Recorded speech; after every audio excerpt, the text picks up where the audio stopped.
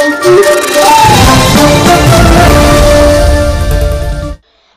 1 August साहित्य सम्राट अण्णाभाऊ साठे यांची 105वी सार्वजनिक जयंती उत्सव समिती भुसावळ यांच्या वतीने अण्णाभाऊ साठे चौक या ठिकाणी समाज बांधवांसह महिलांची उपस्थिती पाहण्यात आली। प्रसंगी आमदार तथा मंत्री संजय सावकारे यांनी अण्णाभाऊ साठे यांच्या स्मारकास पुष्पहार अर्पण करून अभिवादन केले।